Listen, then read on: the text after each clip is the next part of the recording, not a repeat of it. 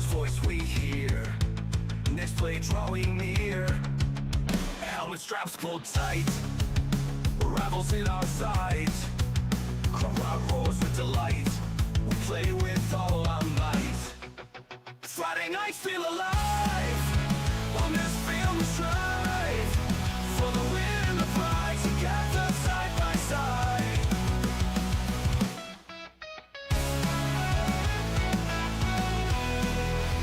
Helmet straps pulled tight, rivals in our sight. Crowd roars with delight, we play with all our might.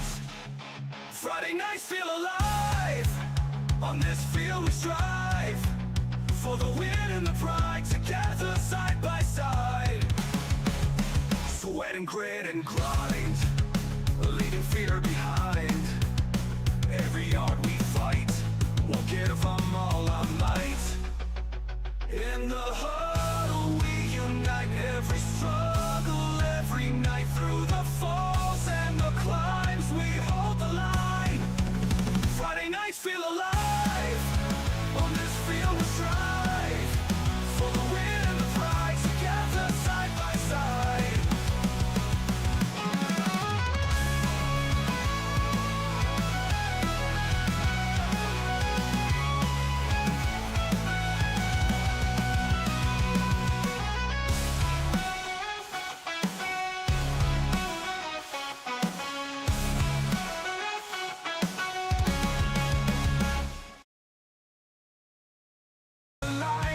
Drums beat hard, pumping just right. We run tornado in the night. Grit or run glory, it's alright. Grit or run glory, it's alright. Grit or run glory, it's alright.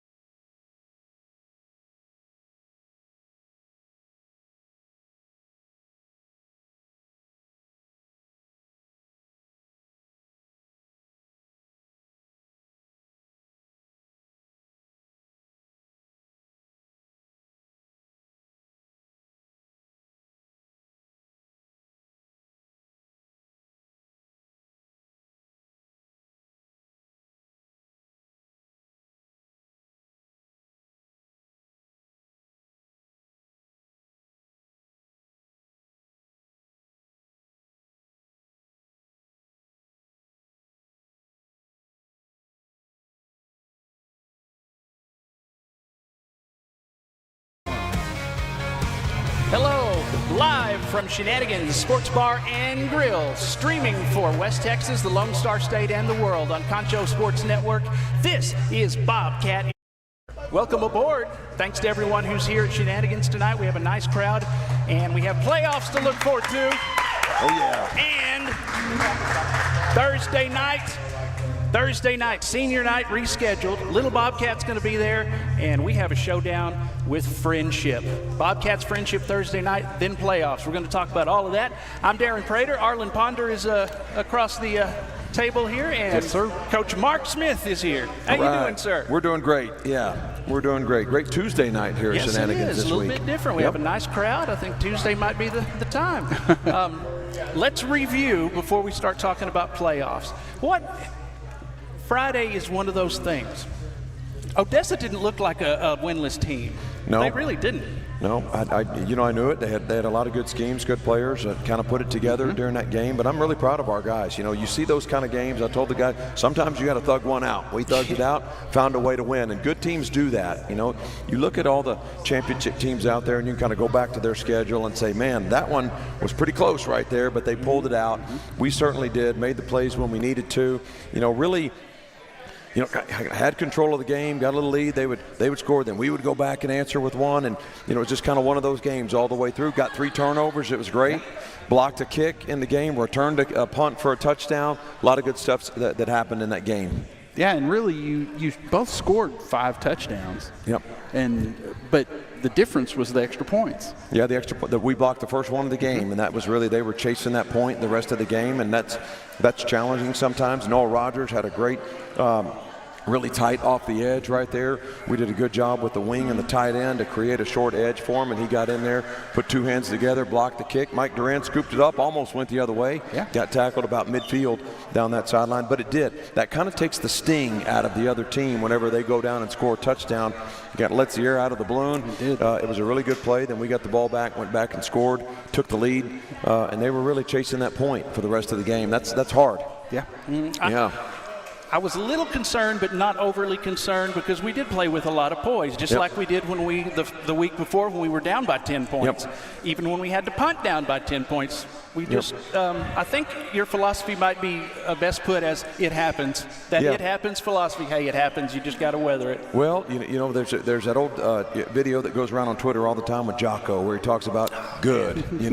Whatever it is, good. All right. If your mindset is that I'm going to go and attack the next thing that's out there, good. Mm-hmm. What it happened, okay? I can either fret about it, fuss about it, complain about it, or I can do something about it. And I always tell the guys, football's a game of doing. We want to do. It's not a game of talking or wishing or thinking, doing. You got to go and do, and the guys did. It's really good. And even when you do a lot, and we did a lot right, we didn't really shoot ourselves in the foot that much. It was just one of those nights where the other team they very well. They converted on some third down and longs. They had a couple of big plays that broke on us. We just had a few breakdowns in there as well. A couple of 3 and outs in the game that were uncharacteristic of us offensively. But we got 3 turnovers. Did a really good job there. Did a good job, for the most part on third down. You have a few third and longs, but they made some plays and kind of hung around in the game. And then what I liked about our team is that they didn't get nervous in the moment. When it was kind of tight. They don't do that. Don't flinch. Go play the next play. We had a 21-6 lead there, early in the second quarter, and then they ended up coming back and making it 21-20 right before the half. And then I told the guys at halftime, here we go. All right, this is going to be another one of those like we talk about. That's how it was playing out. And then sure enough it did. And then really proud of our guys. Got to stop there late. Got the ball back with a little over 4 minutes to go. And we just 4-minute offense. Here we go. We ended the game with the ball in our hands, taking a knee. It's a really good offense there to control the clock, control the ball in the game that way. And we talked about those guys signed up for 48. That's right. They signed up, and you talk about it being a dogfight. Yeah. It is. It's a dogfight. Welcome to 2-6A. That's right. Yeah. That's right. Welcome to the Little Southwest Conference. There was one play, their quarterback had 4 Bobcats in his face. Yep. That close, and somehow threw a touchdown pass. Yeah, that's just the margin of getting it done or not. It's very small in this game, so it requires everybody being at great attention, and sometimes they just make a really good play, as well. And I never worry about it if we have the guys in the right position and we're right there and it's a bang-bang play and they just make it. That happens in this game. What I don't like is when we don't have somebody in the right spot or not where they need to be. Those are things that we got to work on and get better at. We had some of those as well, but a lot of really good football in that game as well. Absolutely. Yeah. It's a snapshot of what the district is like. That's right. Every one of our games has been a snapshot of that. That's right. Pretty much for everybody else. Sure, Thursday night will be as well. Oh, yeah. And Thursday night football, San Angelo Stadium this week. Let's talk about that. First of all, Little Bobcats. That's a tradition around here. And it's going to be a lot of fun. My first one was last year, and there's it seems like there's 200 of them lined up there outside. We come out of our locker room and get ready. They got it roped off there, and there's little Bobcats everywhere lined up, high-fiving the kids. And what a great experience. And I just love it. And I'm certain that a lot of our guys, they were that kid, several years ago. Looking at the players thinking, I'm going to be up there someday. That's what it's about, and it's a lot of fun, guys high-fiving them, and then they run out the tunnel with us and take off all the way down the field. It's a swarm of kids in their jerseys running down there. It's a lot of fun. It is a real snapshot of this community and the support and the next generation of Bobcats getting ready to go. We have senior night as well, take two. We're going to try this again. Part 2. Yeah, we had it kind of rained and lightninged out in Midland High, so we got that going on as well. well. Lots happening.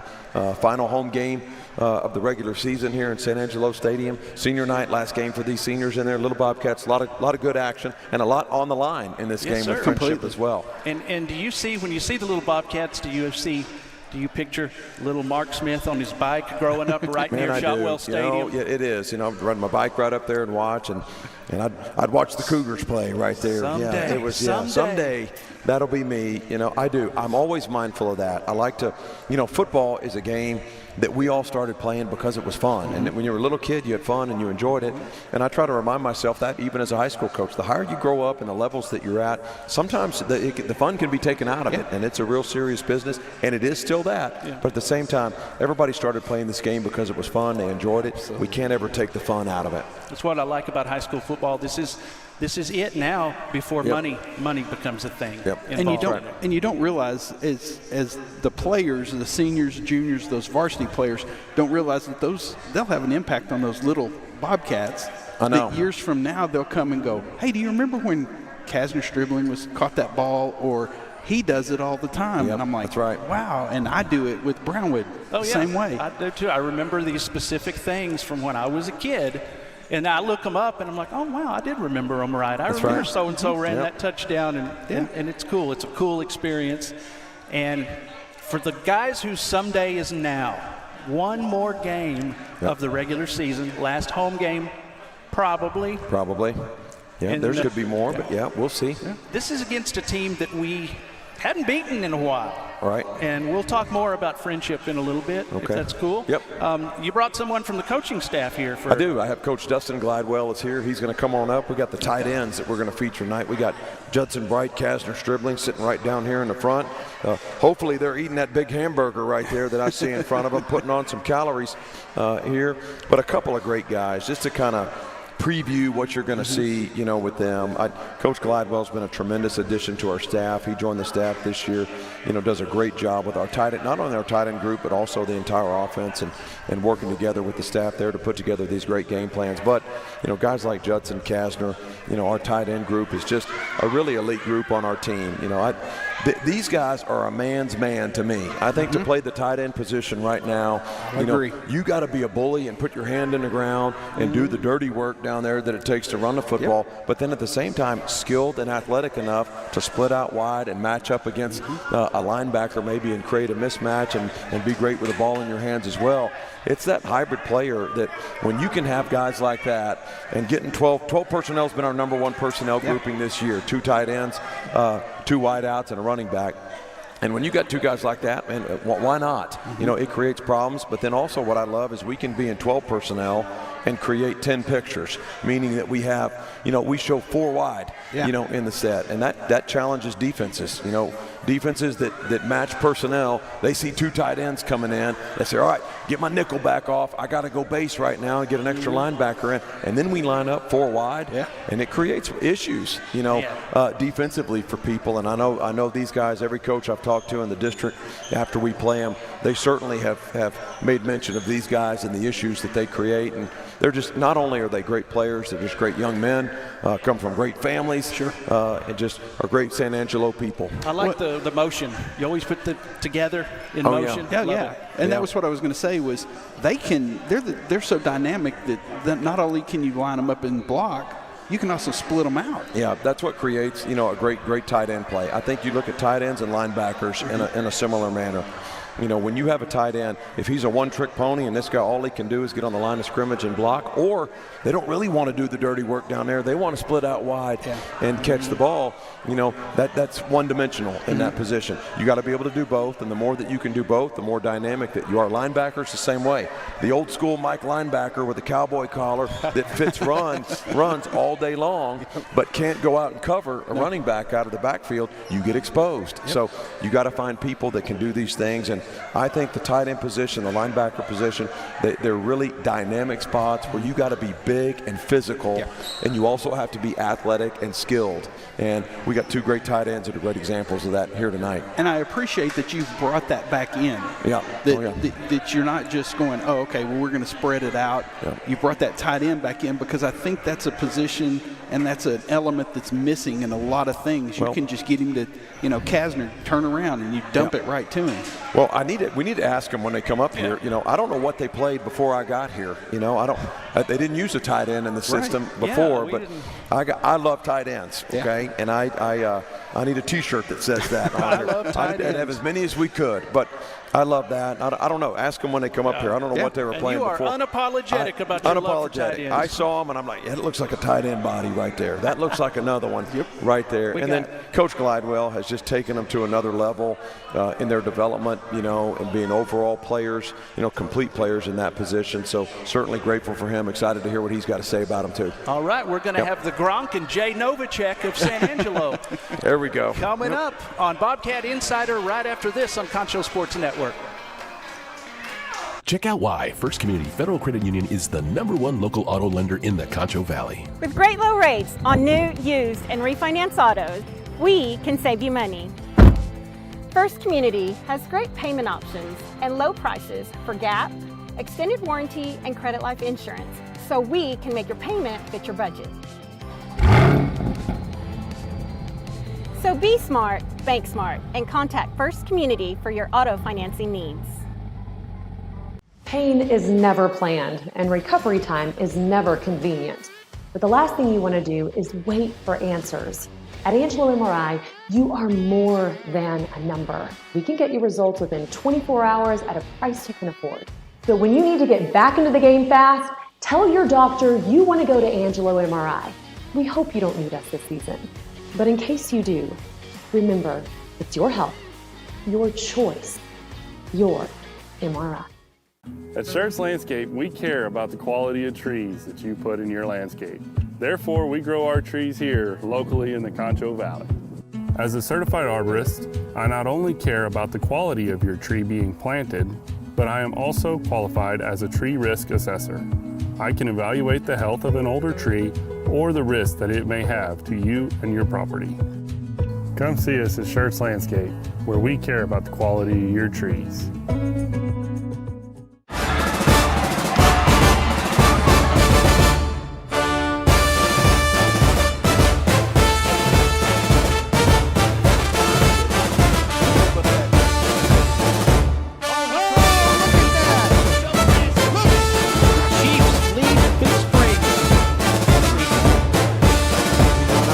Friendship being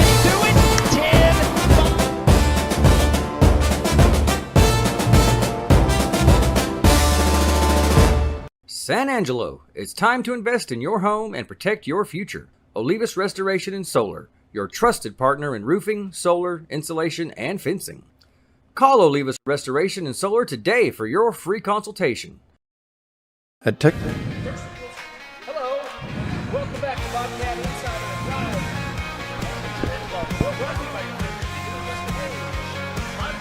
Chip coming up this Thursday night to wrap up the regular season. Then it's playoff time. We'll talk more about that as well. We have some players here, and we have tight ends coach. Coach Glidewell is here with us. Coach, thank you for joining us. I appreciate you having us.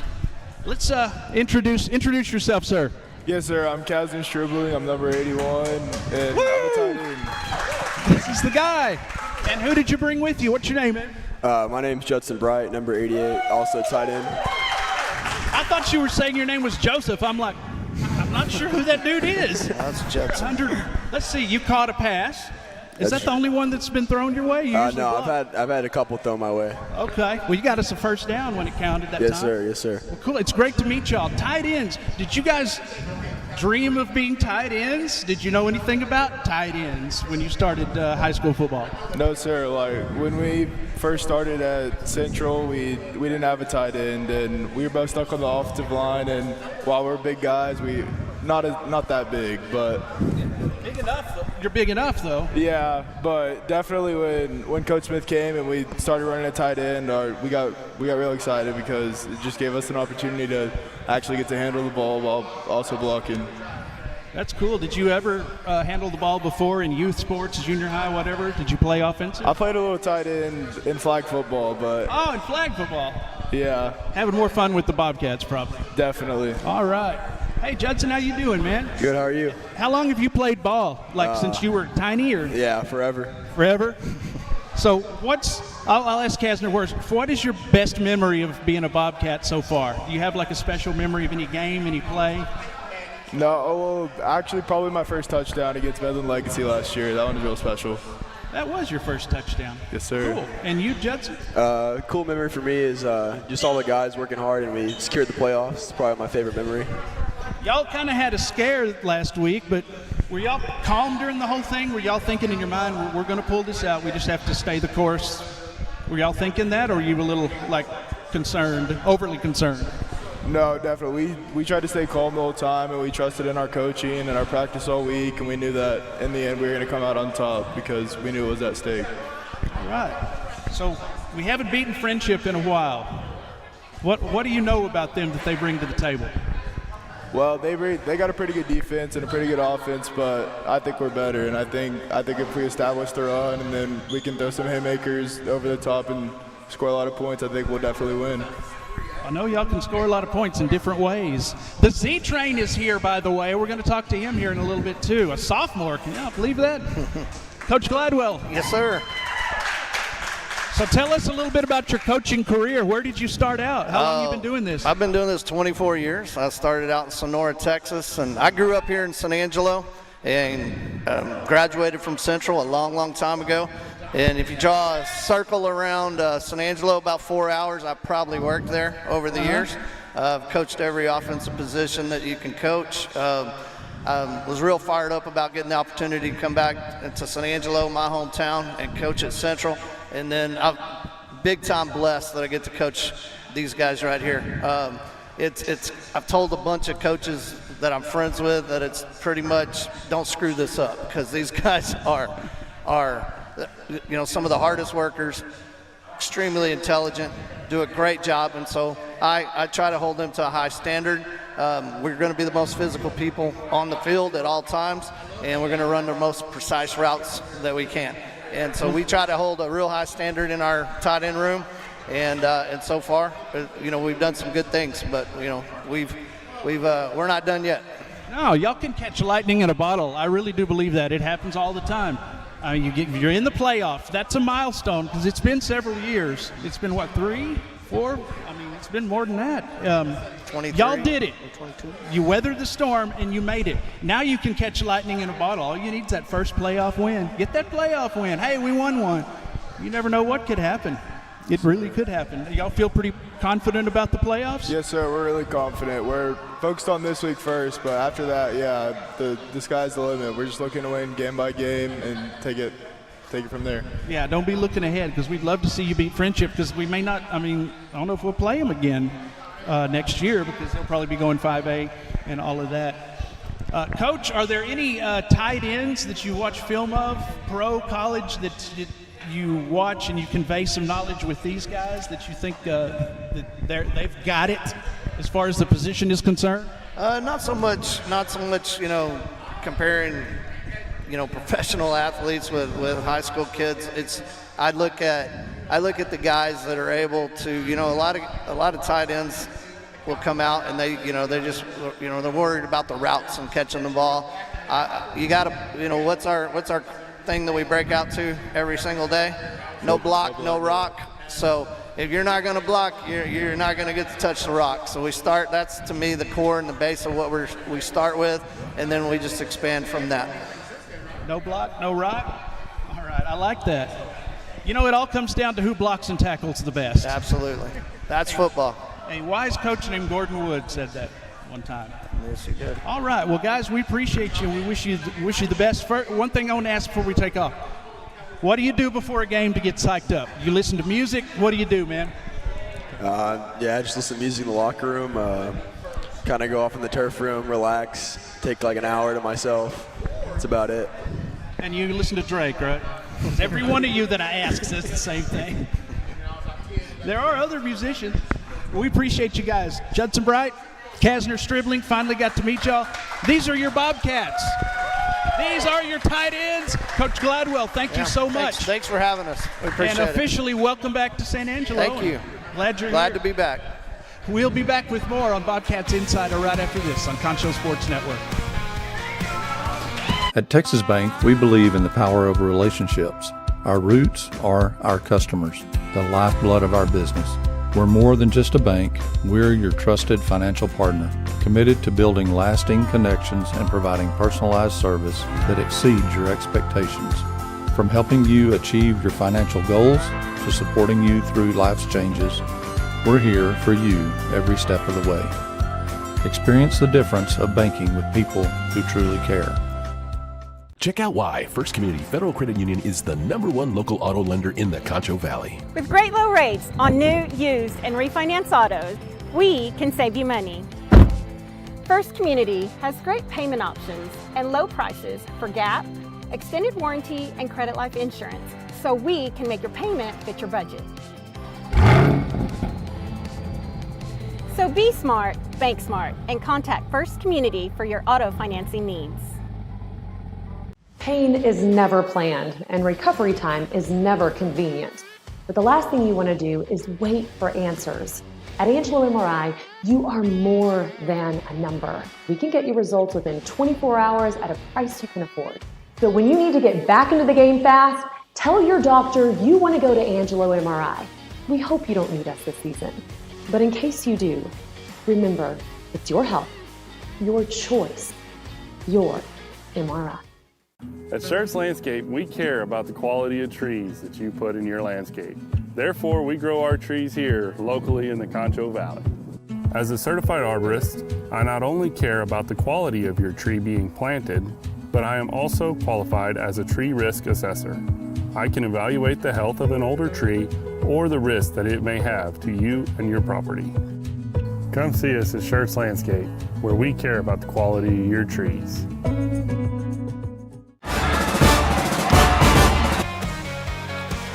Hey, welcome back to Bobcat Insider live on Pixelcast Media's Concho Sports Network here at Shenanigans, along with our friends at Luke's Cage. I'm Darren Prater. Arlen Ponder is here. He's down at the table right now. Yeah. Who is that in his seat? We got the Z-Train right over here. The Z-Train is here. He found the station tonight. The nickname that you coined for him right here. Well, I talked to your mom, and she said that nickname kind of stuck. The Z-Train. Yeah. In fact, when we do awards, you know, we give the helmet stickers, you know, that go on there. That's what I call them right there. Z-Train, stand up. All right. And then everybody likes that. Really has it stuck. Before we get on to him, how about those tight ends right there? Those tight ends are awesome. They were great, you A lot know, of fun. and I'm sure that the Z-Train right here will tell you as well. When he's carrying the ball, he likes those two guys up in front of him. Oh, yeah, pulling around in there, motioning from outside in and smacking people. You know, this game is won at the line of scrimmage, and we got a guy right here that does a great job with the ball in his hands. We've run for over 250 yards 3 weeks in a row, and a big reason why, this guy right here. Am I correct in saying by the second quarter, middle of the second quarter, all three of our backs had scored a touchdown? Yeah, we do. We got three great running backs. We got kind of a three-headed monster right there with it. That's another nickname we gave him. That's cool. But you know, Xavion's done a great job. A sophomore, coming in, first opportunity on the varsity this year, but we knew something was special about this guy from the beginning. He's got the right temperament, the right mindset, the right attitude, you know, to be the very best that he can be. And much like talking about Kasner and Judson being a complete tight end, blocking physically and athletic enough to catch the ball, you know, the Z-Train's done that as well. And at the running back position, you got to be physical carrying the ball, run through tackles. You got to be able to protect as well. Whenever we need to throw the ball downfield, we need these guys in protection and catching it out of the backfield. He's done a great job in all three areas. I've seen you with your hands full a few times blocking some big old dude coming, and you're hanging in there, man. I try my best. Fighting them off. Say hi to your aunt is with you tonight, right? No, that's my grandma. The grandma back there. Hey, Grandma. She's Bobcat super fan Yes, right she there. is. She's at everything that we do. A heart of gold. She works there at Central High School as well, so we get to see her a lot, and I'm sure she gets to see her grandson a lot down the hallways. Making sure you're behaving. It's a family affair. Yeah, Mom's amazing too. She's not here tonight, but I don't think she's back there. No, sir. But she's amazing as well. He's got two great women right there that are in his home right there raising him, and I'm certainly glad that they send him to us, to take care of him part of the day. What's Grandma's name? Wanda Ford. What do you call her? Wanda, What's her Wanda. grandma name? Granny, Grandmama. Granny, Grandmama. All right. Granny back there. She's a Concho Sports grandma now with us, too. Thank you so much. They found me in the parking lot, and that really meant a lot that they complimented us. That was cool. I'd like to ask him a question if I can. You can ask all you Z-Train, want. let me ask you this. You know, there's a certain point in the game where I tell the guys all the time, you know, the game is won at the line of scrimmage. You know, it's a line, offensive and defensive line. And if we can establish a strong running game, you know, that opens up everything else that we do. That's how I want to win. I want to win by being physical and running the football. And then when you get the defense down there trying to defend the run, you got opportunities to throw the ball downfield. And so you know at a certain point in the game, man, we got the run game going. Okay, how does that feel as a running back? The tight ends and linemen open it up well for me. Micah makes his reads well, and they do the dirty work up front for me, and I execute off of it. Well, that's right. They have to do their job, but then somebody's got to carry that ball and be running through tackles. I talk to them all. Don't let one guy bring you down. I talk to the running backs about that all the time. We had everybody up. And then there's going to be an unblocked defender, somebody we don't have the numbers for, and here he comes. That's this guy's job to make sure we either run him over, okay, or make him miss and run right through those tackles. You kind of like contact, it seems. Not only are you not afraid of it, it seems like you like to have that contact, especially one-on-one, because they're not going to bring you down one-on-one. Like Yes, Coach sir. said, it's not going to happen. How long have you played the sport, Zay? Since I was 3. Really? 4. Yes, sir. It's been a while. And you're an LSU fan? Nah, I just wore the shirt because I like the way it fits me. Oh, really? Wow. That's a bold statement to wear the shirt and say you're not really a fan. Well, you'd be good at LSU. Yeah. Yeah, I hope I can fit in that LSU You might be someday. the new coach. Yeah. Listen, I've coached a game in Tiger Stadium on a Saturday night in Death Valley. Didn't go so well, for the Razorbacks that night when I was coaching them. But, yeah, that's a great school, great place. This guy here, you talked about running through contact, and he's got great what I call contact balance. You know, when you are running and somebody hits you, do you automatically fall over, or can you keep running through those things? And he's got great contact balance, and what I love about him, for a big fella, he's got home run speed. You know, you see him get to the outside, and I mean, he can go and turn that thing into another gear and get it going. Certainly glad he's a Bobcat. Do you do other sports too? Basketball, and this year I'm looking forward to doing track. All right, man. Get out there and run.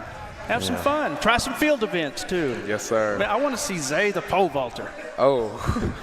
I don't know about that. We got it. No, we don't want him injured. Yeah. No. Do you get nervous when you know the ball's coming to you? Like right before that, like, oh, here, I got to do this. Do you think about it, or is it just automatic? Boom, go. No, it's just automatic. I trust my teammates. All right, that's cool. And do you listen to music before you Yes, go out on the field? Is there a special type of music you like to listen to? Drake? Yeah, Drake. Everything. All right, man. We appreciate you and your family for the support. This is the Z-Train. Yes, sir. You know, people watch you play, and they don't, you know, it's not like the NFL where somebody's in the locker room with the mic every time. We don't get to meet a lot of you guys, so I'm glad that we do. Yes, sir. Because that makes people want to see you more when they know who you are. Yes, sir. What's your favorite subject in school? Geometry. Oh, man, you a math person? Yeah, geometry. Okay. All right, man. Well, we appreciate you, Xavion. Go get him. Friendship. Just a sophomore. I can't believe that. Yep. It wasn't intimidating at all, getting out there with all these seniors and juniors? No, sir, it wasn't.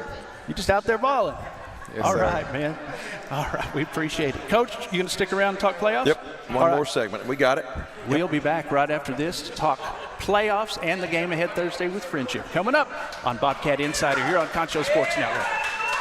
Z-Train. Good job. San Angelo, it's time to invest in your home and protect your future. Olivas Restoration and Solar, your trusted partner in roofing, solar, insulation, and fencing. Call Olivas Restoration and Solar today for your free consultation. At Texas Bank, we believe in the power of relationships. Our roots are our customers, the lifeblood of our business. We're more than just a bank. We're your trusted financial partner, committed to building lasting connections and providing personalized service that exceeds your expectations. From helping you achieve your financial goals to supporting you through life's changes, we're here for you every step of the way. Experience the difference of banking with people who truly care. Check out why First Community Federal Credit Union is the #1 local auto lender in the Concho Valley. With great low rates on new, used, and refinance autos, we can save you money. First Community has great payment options and low prices for GAP, extended warranty, and credit life insurance, so we can make your payment fit your budget. So be smart, bank smart, and contact First Community for your auto financing needs. Pain is never planned, and recovery time is never convenient. But the last thing you want to do is wait for answers. At Angelo MRI, you are more than a number. We can get you results within 24 hours at a price you can afford. So when you need to get back into the game fast, tell your doctor you want to go to Angelo MRI. We hope you don't need us this season. But in case you do, remember, it's your health, your choice, your MRI. Welcome back to Bobcat Insider Live at Shenanigans, brought to you by Shenanigans and Luke's Cage here on Concho Sports Network. Darren Prater, Arlen Ponder, and head coach Mark Smith, Central Bobcats here. Xavier Johnson, the Z-Train, we got to meet him tonight, plus the tight ends, Kasner Stribling and Judson Bright. You know, he had on that LSU shirt, even though he just likes the way it fits him. Xavier did. You coached a game at Death Valley? I did. I was coaching at Arkansas for 2 seasons. I coached defensive backs there. Talk about coaching DBs in the SEC. I had no fingernails. You bite them off, all the time, every time the ball's in the air. We go to Death Valley Saturday night, week 11, 2019, the year they won the national championship. Joe Burrow, Clyde Edwards-Helaire. Oh, yeah. I mean, they had some dudes. And so we go in there, a night game at Death Valley, and I remember this. This is my vivid memory from going in there. So you hear about what it's going to be like, a night game there in Baton Rouge.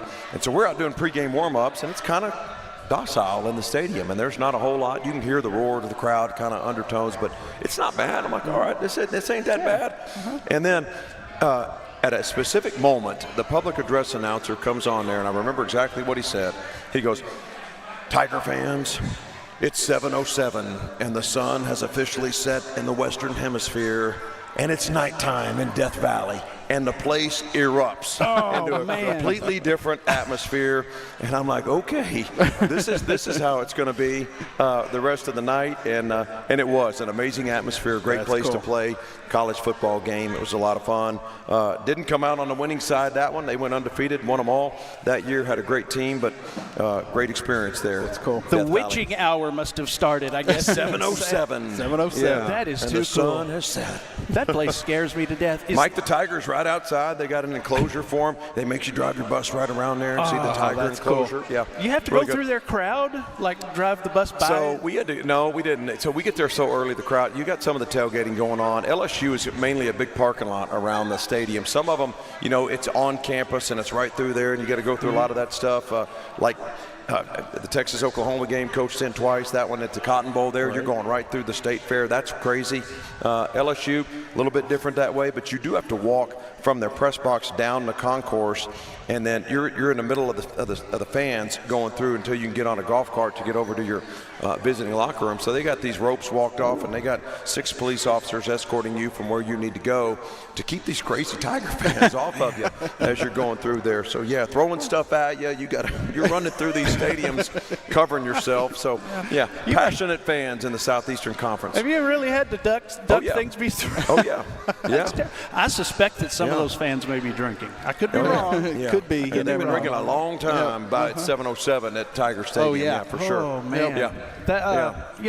They're not civilized like Central Bobcat fans. No, we got some rowdy ones too, and I like it. That's how football environment should be. Keep it clean, keep it wholesome, but you know what? Make it hard on that other team, and get after them, and let's do that. We got a big one here tonight. Lots on the line. A big one this Thursday night. Lots at stake. Friendships coming in here. I know we talked about some of those scenarios, and I got great people that keep track of those scenarios for me.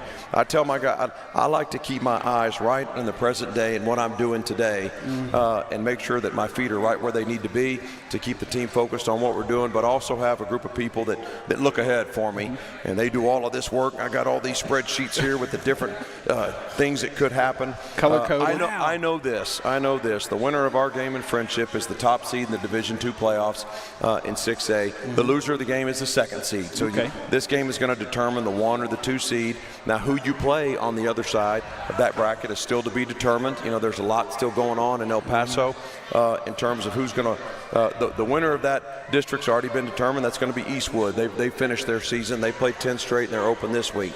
And they're a Division II school. So the loser of our game with Friendship will play Eastwood at Eastwood. They'll be on the road there. And then after that, the winner of our game could go a lot of different ways. It could be a neutral site game with Pebble Hills if they lose. If Pebble Hills wins, then you go on the road to Pebble Hills. If Coronado wins their game, then they get in and bump a guy from Division I to Division II, and then Coronado, if we win and Coronado wins, we'd play Coronado right here in San Angelo Stadium next Friday night. So that would be fun. But these games that they play are also on Thursday. So ours is on Thursday. We will know late Thursday night exactly, what we're going to be doing the following week. Well, and there's that hour difference, so it's going to be a little later. Yep. So yeah. Well, Friendship, Mountain Time, a little bit different. Yep. As a reward for doing so well in district, 2 years in a row, what Friendship got, they got to receive the prize of playing South Lake Carroll 2 years in a row. And we called one of those games. We called both of them. We called them both. That'd be great. Yeah. I mean, I'd mentioned this to the team. I've already had people reaching out, potential second-round opponents, and I don't ever overlook anybody, but people are already trying to position second-round games to secure locations for where it might be and looking ahead at that. And I said, man, we got a lot in front of us that we can go accomplish. When we're really good on offense and we're firing on defense and we're doing great on special teams, there ain't nobody that can beat us. Right. When we put all that together, we're a really, really good football team. And we've done that at times this season, and we've seen it, and when you put that all together, man, we're good. And that's what we're focused on trying to do, this week against Friendship, and then carrying that over into our first playoff game, and then many more after that. Lightning in a bottle. Yep. Lightning in a bottle. Yep. That can that's be what us. I told the guy, listen, in the playoffs, turn it loose and let's go. You don't have to be the best team in the state of Texas in a playoff game. You have to be the best team in the stadium that night. That's and right. There's only 2 teams in there. Okay, play better than that team that's in the stadium with you that night, you advance. I love that about the playoff format. It's advance or go home. It is. And everything is on the line. Yep. The stakes are heightened. Players that are trained mentally well and have a strong mental disposition, they revert back to their training and habits during those moments. Don't let the stage get too big for them. Just like the Z-Train said up in here, do you get nervous? He just goes back to his habits. He's practiced it so many times, it becomes muscle memory in what you're doing. So the moment really becomes irrelevant. You're aware of it, but I got to go perform in that moment. And playing for that, we had the Lubbock Estacada coach several years ago. We were talking to him post-game, and he said, we're playing for Monday. Yep. We're playing for Monday. Yep. So you either turn it in on Monday. Week, yeah. Or we're going to be right back out there practicing on Monday night again. I'm a Monday night practice guy in the playoffs. We started that this week. We went Monday night here. It gives the coaches a little bit more time throughout the day on Monday to prep and prepare. I think when you're getting ready for a playoff game, unlike a district game, we've been gathering footage and information on all the teams that we've played to this point all year long. You get to the playoffs and it's a relatively new opponent. You don't really know. So you're kind of cramming for that test, in a short amount of time. So because of that, we always practice at night on Mondays. It gives our coaches a little bit of extra time to get going with an opponent. And the players like that too. It's under the lights. The time has changed. It's darker now, a little bit earlier. So there was a renewed energy in our practice last night, that was great. And we turned right back around. Great work this morning. Yeah, I think that's practicing at night. Floyd Mayweather only worked out and boxed the hours that he would actually box at night. It's kind of cool practicing at the same time that you would play a ball game. Yep. There's a lot to be said for that. That's their training is important, and every detail about it. The time of it matters. We've been a morning practice team, but I always come in, starting on Wednesday, we go in the afternoon to prepare ourselves for what we're going to do on Friday. And I like after a physical Tuesday, there's kind of a long break between Tuesday morning and Wednesday afternoon for body recovery, for what we do to make sure that we're in our best shape that we can be in to play the game. Have the elite recovery. Yep, we do. We do a half elite recovery on Wednesday morning. We get a full one on Thursday afternoon.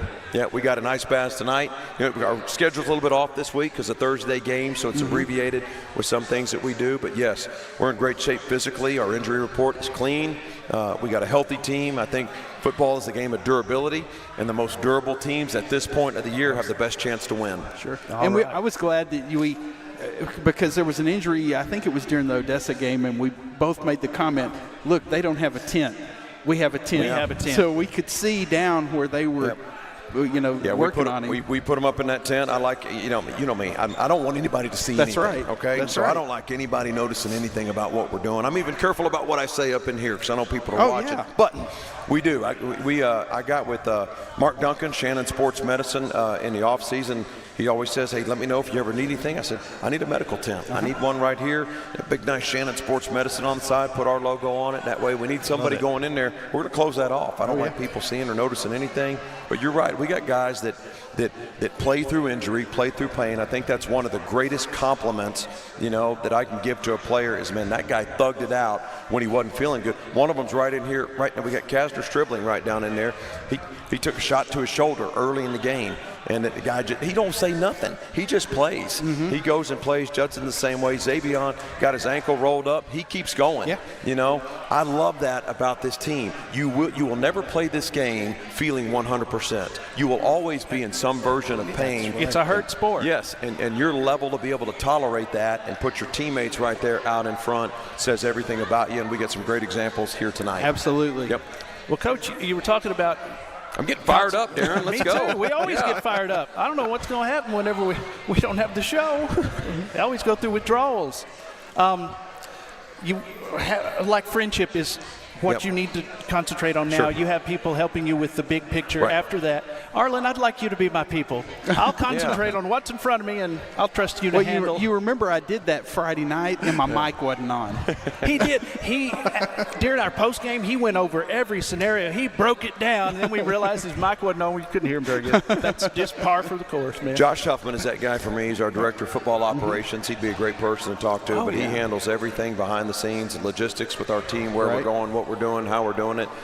We meet on a regular basis all throughout the day, and he keeps all of this in line and he allows me to coach the team. And number one thing I love to do is to coach the team, and I don't let anything distract me from doing that. So you got to have great people around you that can be looking ahead in the organization. And now year 2 of us being together, he knows exactly how I kind of want things and preps it up, gets it ready, has options for me on what I want to do, and has it all lined out. It's really a clean, we've had a clean season in terms of, organization and things like that. Josh does a great job with that. Takes a lot of that with us off too. my plate. Yep. He does that for us too, Coach. He makes sure we have the rosters and all that, and that's a nice thing because you want to work with your media. That's your propaganda wing. Oh yeah, heck yeah. Oh yeah. But we definitely want to see Coronado win, and we we want to see. Yeah, because we want that home game. Us win, and we play a home game. We want that home game. Stadium. The way that it works in the playoffs is you get District 1 plays District 2, so El Paso is District 1 6A. We're District 2 6A. 4 teams make it there. 4 teams make it here. 2 are Division 1, 2 are Division 2 based on enrollment. But they look at the straight who won the district, who got 2nd, 3rd, and 4th, without worrying about Division 1 or 2. Who won it, 2nd, 3rd, or 4th. So then when the matchups are made, based on Division 1 and 2, they go back to what place did you get in your district. If you placed higher than the other team, you host the game. Right. So that's the scenario that we would host. If we play, if Coronado wins, they would get in as the 4th place team in that district, and we beat Friendship, we would be the 3rd higher team in the district standings. For us, we would host that game. And we haven't hosted a playoff game. Central hasn't since 2016, so that would be a big deal. It's been 10 years. This is only done in round 1. After round 1, then it's a straight negotiation between teams. If you want to flip for home and home, you want to find a neutral site, whatever it is that you want to do. But round 1 is set up this way by the UIL. And once the playoffs begin, let people know there's a broadcast company that owns the rights to playoff games, and we will do freelance work for them. Is that a good way of explaining it? No. With Central, we're the home team, so we get to keep it. Yeah. But if we go to venue, call somebody else's game, then we have to contract with them, and they contract out. That's why we like those neutral site games because we can do them at San Angelo Stadium and get to see some great football too. There's an option with Pebble Hills. If we both end up as the 3 team in our district, the 3rd place team, then that would be a neutral site game. And the coach and I have talked about that. Right now, it's been a little challenging finding a neutral site that's available on Friday. So we found some neutral sites available on Thursday, but he and I talked today, and I would prefer to play on Friday, and even if that means we flip for home and home. So that's another option right there as well. So that's always if it's Pebble Hills. That's a good option. Yep. All right. And speaking of locations and places, it'd be nice if y'all played at a place that had live streaming booths, which a $39 million stadium got built over at Stephenville. That's awesome, and there are no live streaming booths, just a deck. So we get stuck outside in the weather with papers flying everywhere. Stephenville? Yeah, they're in Stephenville. Wow. Hey, I was the gonna new tell stadium, the Art Brawl Stadium. It's there? great, except for that. I was going to tell you, they have video equipment there in case playoff games, home and away, locker rooms, videos ready to go. Well, that was mentioned to me today about a possible second round game. Yeah, But that is the a away sight. team doesn't get their own offense and defensive dressing room separate. Okay. So you want to be the home we've team? been in some bad ones this year, and our guys are fine. Yeah. Right. Yeah, we've seen some good ones and some bad ones, and Well, we could talk to you all night, Coach. We really could. Well, I could sit here and show you some videos and corner you, boy. I know who doesn't enjoy being cornered. Well, listen, I'm very grateful, to be in this position, and year 2 here, San Angelo Central, and to see the progress that we made from 1-9 before getting here, and then closing the gap, going 4-6 a year ago, but making everybody nervous, and then now over the hump, we're in the playoffs. Let's go make a run right here, and just continuing the development, the progress of the program. I'm very happy, very blessed. Love these guys that are here, our staff. We got Coach Glidewell was here today. We got Matt Clark, defensive line coach, Jacob Martin, linebackers coach and defensive coordinator here tonight. Amazing men that pour their lives into everything that we do to make it as great as it can be. Very blessed to be here. We got Superfan Major right over here in the front. Man, he's always around. That's right. What I love about this place is look at the support. These people love the Bobcats. They show up. They're here. They're ready to go. Whenever we have something going on, this is where they're going to be. Tuesday night, we're in Shenanigans, right? We're talking Bobcat football. Who loves the Bobcats? Yeah, there they are. All right. Thanks to Kasner and Judson, the Z-Train, and Wanda. Coach Glidewell, thank you so much for being here. Coach Martin's always 10 toes down. He doesn't really like being on the air, Coach but he's Clark here. right here in the front, too. Coach Clark. Hey, man. Yep. All right. Anything else, guys? I'm good. Ready for Thursday night. Thursday night's going to be fun, and then Friday night, first time in, 30 years, district championship on the line for Lakeview. Chiefs. The Chiefs. Great job, Chiefs. Yeah, let's go get it. Chiefs. It's going to be it's going to be 2 nights of football on Concho Sports Network. Oh, and it's going to be special nights because we're also bringing that Chiefs team in that they're going to work with us Thursday night. So we're going to have some sideline reporting going on. We're going to have, and then we're going to flip it for Friday night, and we'll be down on the sideline doing some stuff. I get to watch my first Chiefs game. That's going to be great. I hadn't seen one yet. I'm excited about it. And I got to play with the telestrator the other night. He sure did. Yeah, it was fun. So, yeah, I noticed the tuba player was a little flat, so I circled him. And the drummer was rushing a bit. No, I'm kidding. We love the Bobcat Band. You can see them at halftime, by the way. Every game. Full performance. That wraps it up for Bobcat Insider from Shenanigans and Luke's Cage. For everyone who's been a part of this one, I'm Darren Prater for Pixelcast Media's Concho Sports Network. Good night, everybody.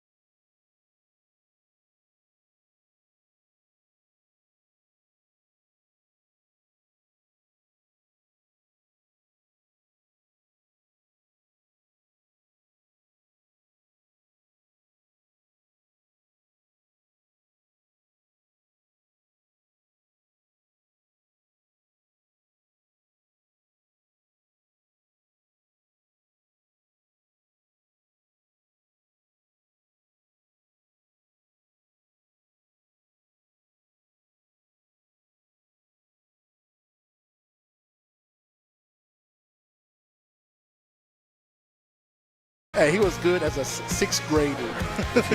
Y'all ready? Yes, sir. Here we go.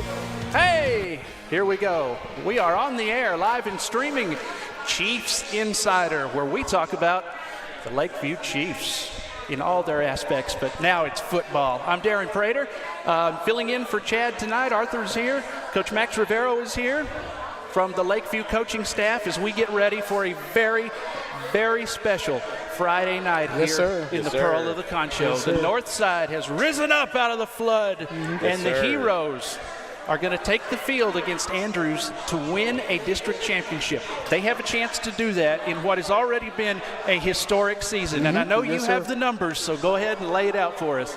I'll tell you what, I've been doing a lot of research, local research over the past couple of days, and I went to that website you told me about the history for, high school football. Oh, yeah. So I saw where, Lakeview, I think we've been around since the late 1940s. So give or take about 80 years.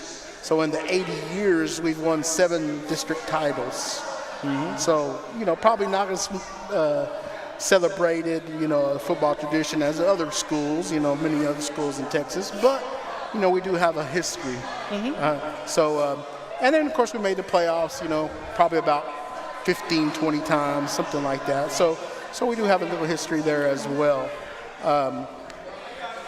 And so that's what makes Friday even special. I mean, we're playing for a district title. We're playing for a gold ball. Because I don't know if you get gold ball. If you get runner-up, I don't think you get. Hey, I'm from Dublin. We haven't won a district championship since '94, so don't ask me. Well, hey, I was there in '82 when we won district. I was there in '83 when we tied.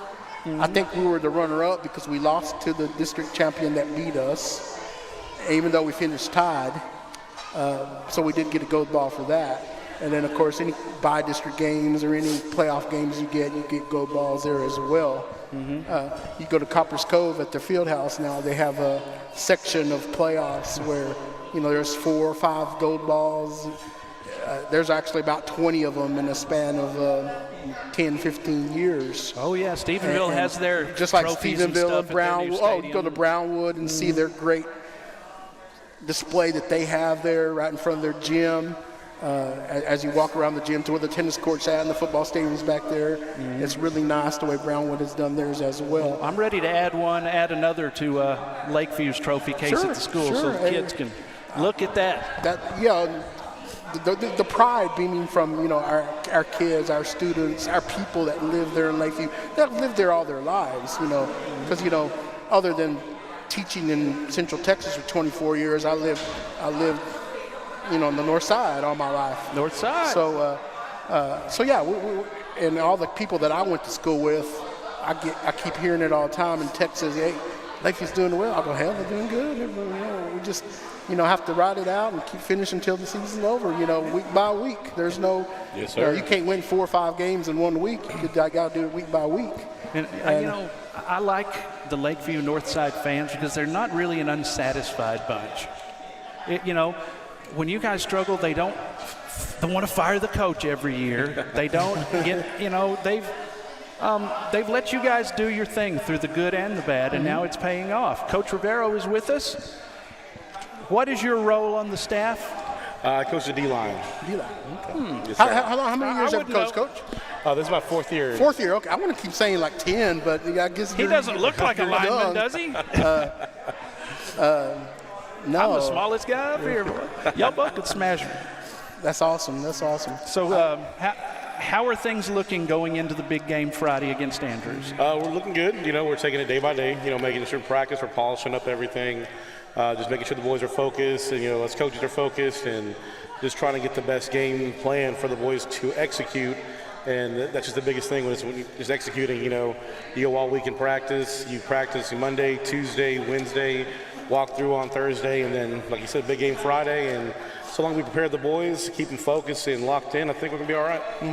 Kids, I think a lot of time it's us fans that make a bigger deal out of things than the kids actually playing. Are they taking this in stride, or do they know? I mean, can they feel the weight on their shoulders that this is a big deal? I mean, it's no secret. I mean, the boys know, that social media, everything, it's all out there for them to see.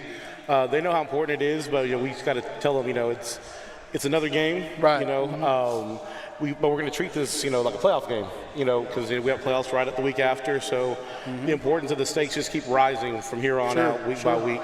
And it's already been a historic season. The first winning season in 21 years, I think. I believe that's what I recall. That's what 95 was the last year. Okay. Was that with Sterling Gilbert at quarterback? No, I didn't. I said that wrong. 2005. 2005.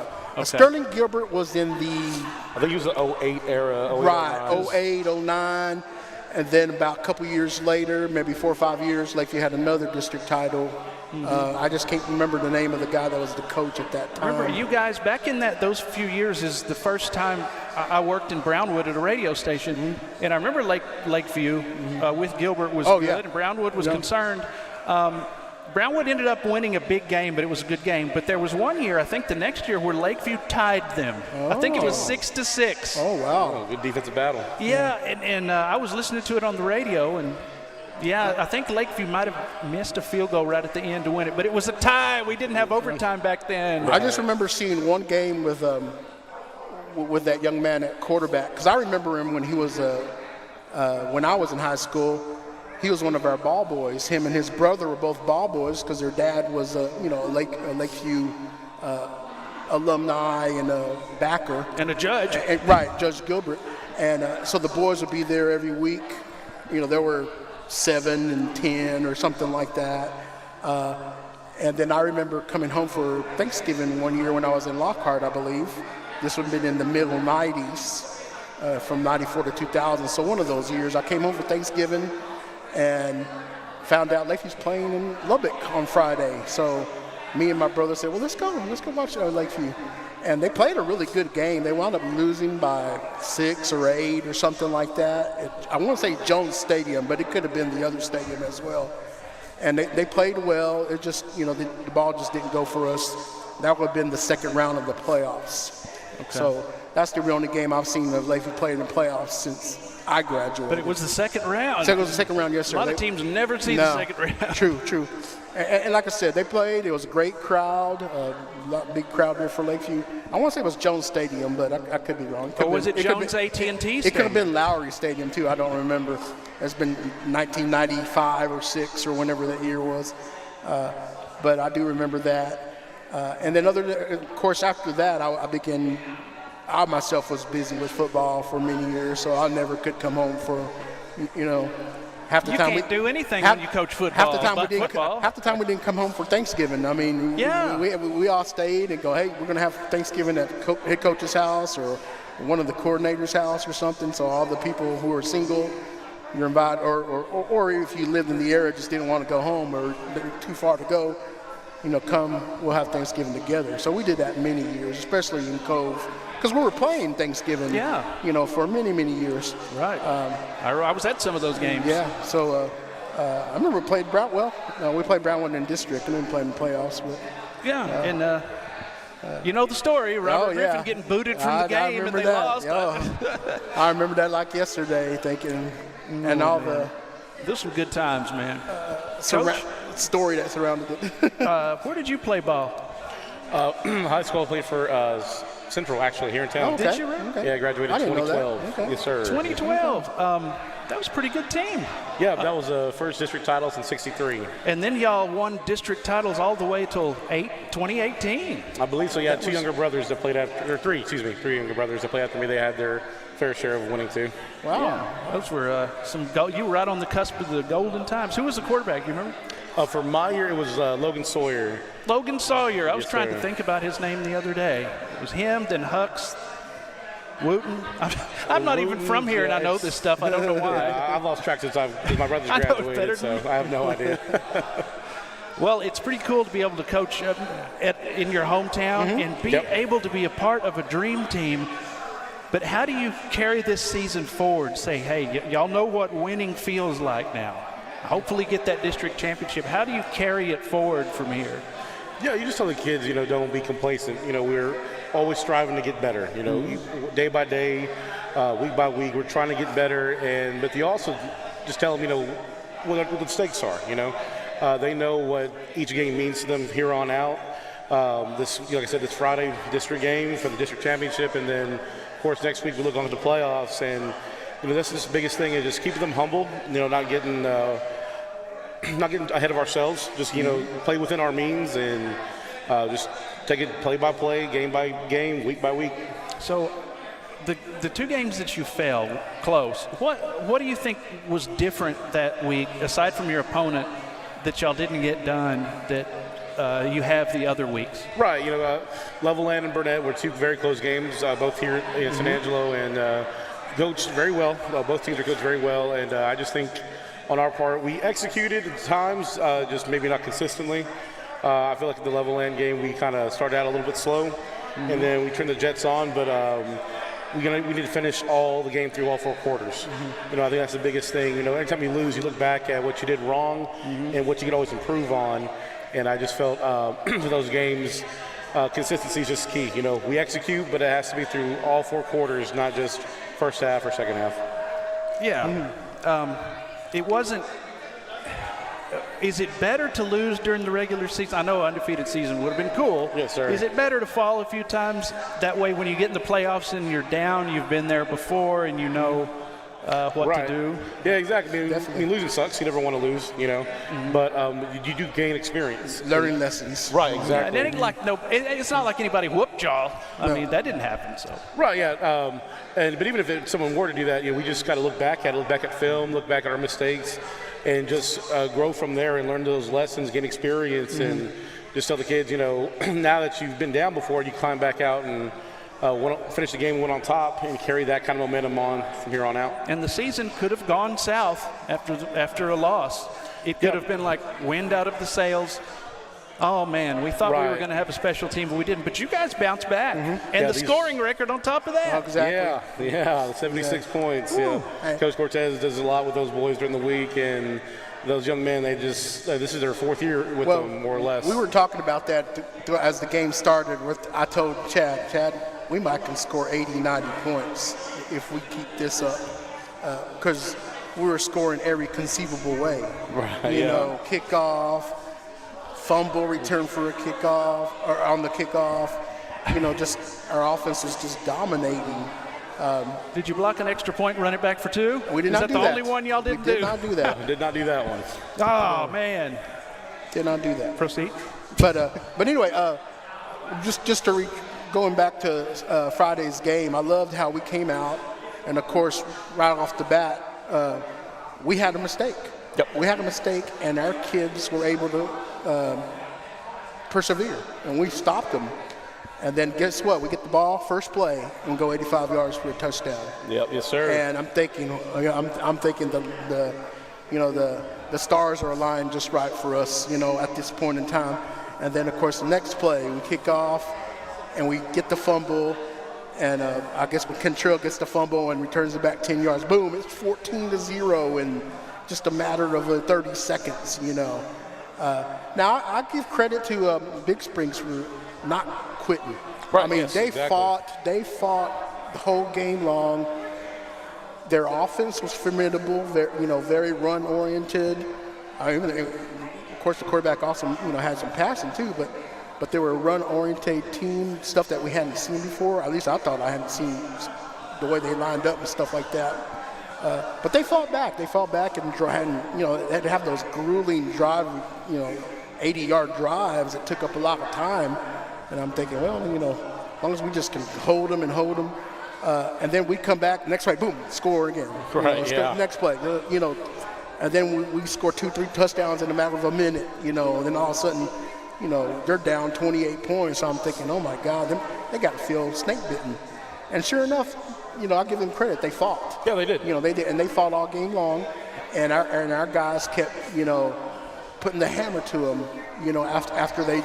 They'd always come back and cut the score back in half. So it was 28-7, 28-14, 14-7, 48.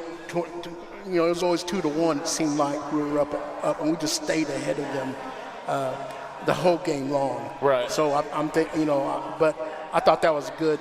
I thought it was good for our guys that we played a good team that had athletes, that had a good running game, because that's what we need.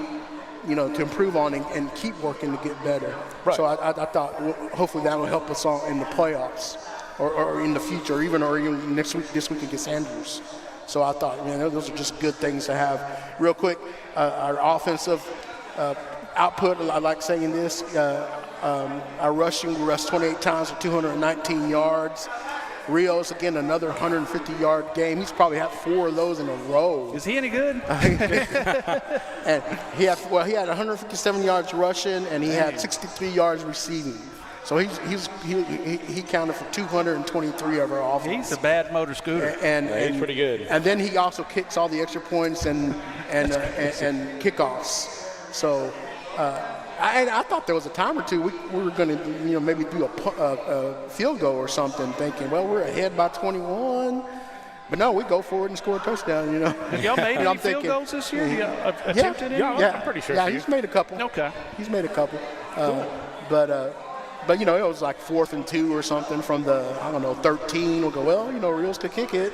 But no, we go for it and score a touchdown or something like that. Well, hey, if the kicker is the last guy that can catch somebody before they take it to the house, that's a pretty good guy to have.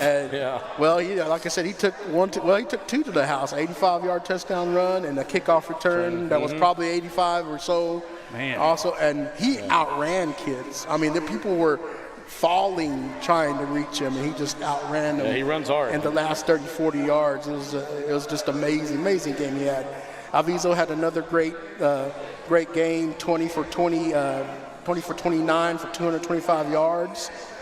So this is something we've been seeing every week, getting over 400, close to 500 yards.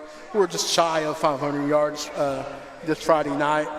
Our receiver core is just immensely talented. You're not a one-trick pony. Nope, no sir. Braylon has 6 catches for 119 yards and 4 touchdowns. I'll forget Rios had 4 touchdowns as well. Being a kickoff and 2 rushing and 1 receiving, I believe. So we had kids all over the place, doing well. Now, Big Springs did get yards, but I mean, they had to fight for their, like I said, I admire them for them fighting and not giving up. Yes. Well, they usually give us fits. That's always a tough game for us. It's a tough game. And you're right, they traditionally have been good ever since they went down to 4A back in 1988. They were awesome. But yeah, no, they kept fighting, and kudos to them for doing that, because I think they could have easily packed it in, and they did not. They kept fighting. That quarterback was legit. They had a couple other backs. I thought they did pretty good as well. But that's good. We need to see that. I mean, we need to see that. We need to see good athletes that pressure us, make us have to react, and make us, make the play. So hopefully we'll see nothing but good things next week against Andrews. I anticipate Andrews is going to be that same type of team. Smash mouth football. They're going to line up. They're going to try to run over everybody like they have in the past 30 years. Maybe they'll have some passing here or there. Who knows? We'll find out. But definitely this is going to be so exciting. It's going to be a magnetic atmosphere at San Angelo Stadium Friday night. Yes, sir. And we're looking forward to that. We'll talk more about that. We'll specifically get into what Andrews brings to the table. We'll take a break. We'll talk a little bit about playoffs, too. Sound good to y'all? Yes, sir. Chad is out tonight, so you're stuck with me. But y'all are doing a great job, guys. All right. We'll be back right after this on Chief Insider at Shenanigans, brought to you by Luke's Cage, Shenanigans, and Concho Sports. Stick around. Check out why First Community Federal Credit Union is the #1 local auto lender in the Concho Valley. With great low rates on new, used, and refinance autos, we can save you money. First Community has great payment options and low prices for GAP, extended warranty, and credit life insurance, so we can make your payment fit your budget. So be smart, bank smart, and contact First Community for your auto financing needs. Pain is never planned, and recovery time is never convenient. But the last thing you want to do is wait for answers. At Angelo MRI, you are more than a number. We can get you results within 24 hours at a price you can afford. So when you need to get back into the game fast, tell your doctor you want to go to Angelo MRI. We hope you don't need us this season. But in case you do, remember, it's your health, your choice, your MRI. At Schertz Landscape, we care about the quality of trees that you put in your landscape. Therefore, we grow our trees here locally in the Concho Valley. As a certified arborist, I not only care about the quality of your tree being planted, but I am also qualified as a tree risk assessor. I can evaluate the health of an older tree or the risk that it may have to you and your property. Come see us at Schertz Landscape, where we care about the quality of your trees.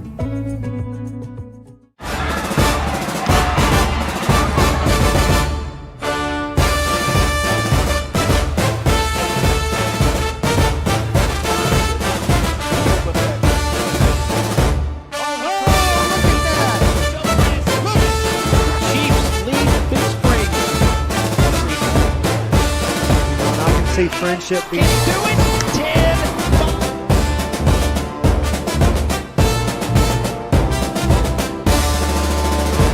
San Angelo, it's time to invest in your home and protect your future. Olivas Restoration and Solar, your trusted partner in roofing, solar, insulation, and fencing. Call Olivas Restoration and Solar today for your free consultation. At Texas Bank, we believe in the power of relationships. Our roots are our customers, the lifeblood of our business. We're more than just a bank. We're your trusted financial partner, committed to building lasting connections and providing personalized service that exceeds your expectations. From helping you achieve your financial goals to supporting you through life's changes, we're here for you every step of the way. Experience the difference of banking with people who truly care. Hello, and thank you for coming back to Shenanigans for Chief Insider tonight. I'm just kidding. Hey, welcome back to Chief Insider. We're excited. Friday night, I love history. I like historic events that you can look back on thanks to YouTube, because back in the day, you couldn't, unless it came on TV or whatever, you couldn't look back on a lot of things. And Friday night, especially you guys get to really be a part of it. You'll be a part of the play-by-play and color team, and you'll be coaching. Yes, sir. I'll just be helping out a little on the sideline. But all hands on deck. We want to make it something the kids can look back on, win or lose, the fans, and we hope there's just a sea of blue. Right. Yes, Friday sir. night. Yeah, back to stadium. Yes, sir. Let's talk about the opponents. Andrews, are they any good? Oh, yeah. They're a good team. That's one of our opponents we play every year, always in our district, and they have that slot T offense. They like to run the ball. Right. It's that old school kind of offense. They throw it every few times, every now and again, but overall it's line them up, let's run the ball, see if you can stop it. Do they do that out of the shotgun? Usually under center. Oh, really? You don't really see that much, a lot anymore. So they run this. That's a lot of misdirection and that kind of stuff. Yeah, a lot of misdirection in the backfield, fake handoffs, end around, stuff like that, trying to get the defense guessing a little bit. Okay.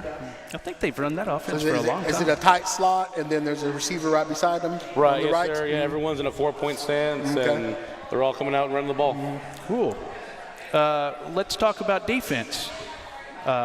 Do they have the ability to stop not just your guy, but the rest of the team that can score points?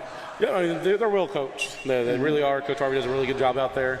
But I feel like our guys, they know how to execute. They've been in the program for 4 years now, our seniors. And so they've come to know their jobs, know their expectations, when to run a route, when to cut it off at 10 yards, how to block someone, 3-man front, 4-man front, or even a 5-man front. These guys on the offensive side of the ball, those coaches really coach them, and they just let them know what their jobs are, and they tell them to execute, and we have a high standard for them. So that defense, like I said, they're well coached. Our guys, they put in the work, they put in the hard effort, and I like to put our guys against anybody. Do they like to do the 3-man front? Because that seems to be what a lot of people are doing these days, the 3 down. Yeah, a lot of people are going to that route. To be told, I'm not going to lie to you, I see a lot more of their offense. I'm a defensive coach. I don't really see their side of the ball too much, but I know that they're on our offside offensive line. We teach them every week. Coach Gonzalez does a good job teaching between the 3-man front, 4-man front, and just how to adjust those blocking schemes. The zone blitz. Exactly. That sounds fun to say. Remember the Steelers and Blitzburg, the 3-man front back then? It was kind of different. See it a lot now. What about special teams? Can you guys match them special teams if it came down? You mentioned field goals. Right, yeah. I believe so. Like Coach Andrade said earlier, Isaiah Rios, he likes to kick that thing out the end zone. But our guys, they like to cover. I mean, our guys like to hit. So, I mean, we try to stay in our lanes, cover on kickoff and on kick return. We've returned a few this year. Like I said, our boys like to block as well. And we're explosive, I like to say. And Coach Halls and Coach Gonzalez, our special teams coordinators, they do a really good job with his boys every week. And just are down to a T. We treat it just like offense and defense. You got to win all three phases of the game. All right. You have some questions? I don't know. I heard that at Copper's Cove for many years. We got to win the offense, we got to win the defense, we got to win the special teams. Yes, sir. And when your head coach is Jack Welch, he was a special teams coach in college. So that was his big ticket there. I mean, you had to do that perfect, every week in, week out, kicking, punting, kick return, kicking off, things like that. That was Coach Welch's stuff. He took hands-on that. And, of course, his brother was the offensive coordinator because, he did that at Kansas State for several years. I heard that all the time. You got to win all three phases. Yes, sir. Offense, defense, and then every week he'd go back to it. Hey, did we win offense? Did we win defense? Did we? Most of the time, luckily at Cove, we won. So we were usually pretty much in the +3 or +2 category there, with winning every detail of the game. So I do remember for hours listening to that. Well, coaches tend to be a little bit OCD. Sure. Yeah.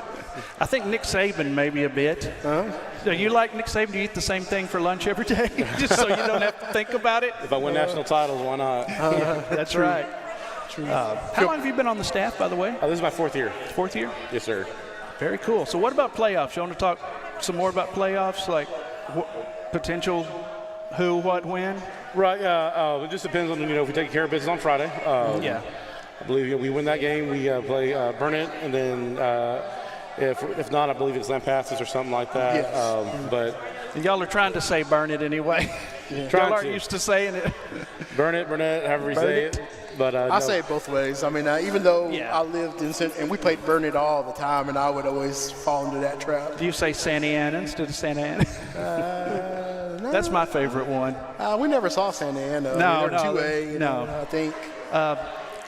Again, I hope a lot of people come out to this game. Yes, yeah. I think we'll have a good crowd. Well, we had a good crowd. We've had some good crowds. Yes, great crowd. Homecoming was a great crowd. Yes, sir. But this is history, and it's already been history. Sure. If it's ended right now, it'd still be history and a great season. Yes. But this is too good a team for that.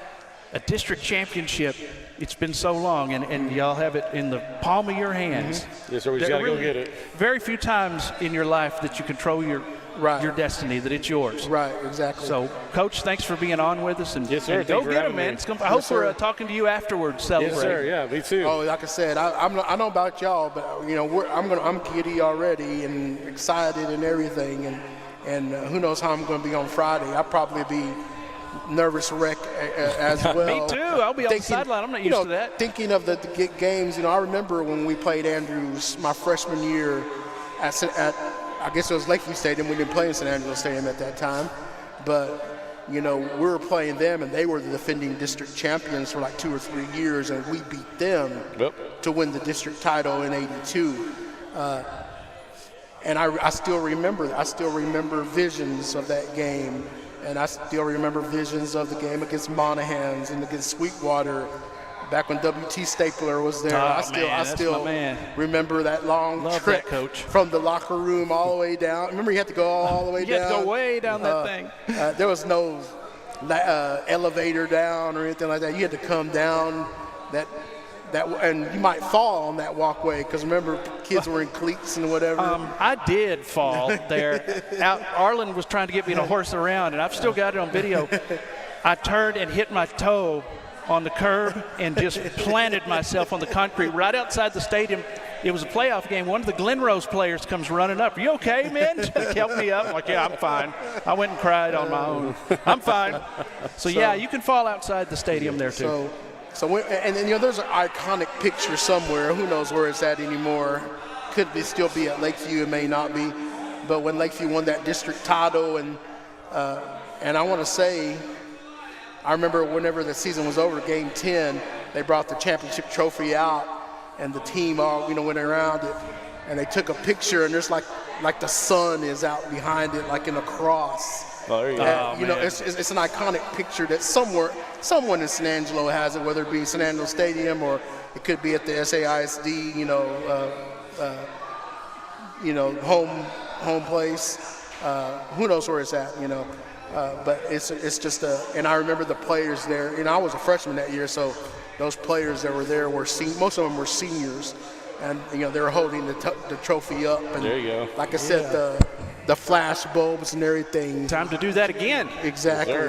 But back then, you had a radio broadcast on Friday night. Somebody was doing your games, which they could tape that or whatever. But you can't go back and watch it on YouTube. No. You can't go back and relive like you're having a bad day. Pull up that district championship. Well, remember the film. The film back then was in reels, it wasn't. It was before VHS, I think. Yeah. Got big. Even games from the early '90s with VHS just don't look modern. No. But exactly. Still, having them. Most people didn't get a TV broadcast, which is what live streaming is. Right, so it's cool that this moment's going to be forever. Sure. No, exactly. Don't screw it up. No, I'm just kidding. and you remember, I don't know if you ever did it, but I remember coaching, and we had to, when the game was over, you had to take those VHS tapes and start make copies. You'd make 4 or 5 copies at once if you could. I can't remember what we did, or if he'd do one at a time. I don't remember that. But then some coach then would have to leave at midnight to go meet somebody halfway, your next opponent. Go meet at Allsup's somewhere. And deliver the 3 or 4 games that you're trading off there for that week. That was crazy. I got to do that once or twice. all your hometown fans are like, those are scouts over. You see them. Yes, sir. Look at that old shifty-looking scout. Yes, sir. Man, things have gotten a lot more modern, and exactly. The access to media now is just crazy. The world has changed. That's for sure. To look for it. Yes, sir. Moments in time. Yes, sir. I love them. We're going to have one Friday. It's going to be one of those times. Coach, thanks for being on again. Yes, sir. Thanks for having us. Thank you. Looking forward to Friday. Looking forward to doing the broadcast with you guys on Concho Sports Network. Going to be a fun Friday night. Yes, sir. Yes, sir. We'll have Central on Thursday, then Friday, the big night, District Championship, Lakeview, Andrews. I got one Andrews story. I went to see them in '98 play Stephenville, the eventual state champion, and Mike Levy was a coach who coached in my hometown for a while. His son, who's the head coach at Mississippi State, was playing in that game. It was his last game. And Shad Williams, who played for Alabama. I remember him. Yeah, I think he's in Oregon now, strength and conditioning. So that's my little Andrews thing. We'll see y'all. Let's come up with an Andrews story this Friday night. If I never beat them. All right. That wraps it up for Chiefs Insider. For everyone who's been a part of this one, I'm Darren Prater on Concho Sports Network. See ya.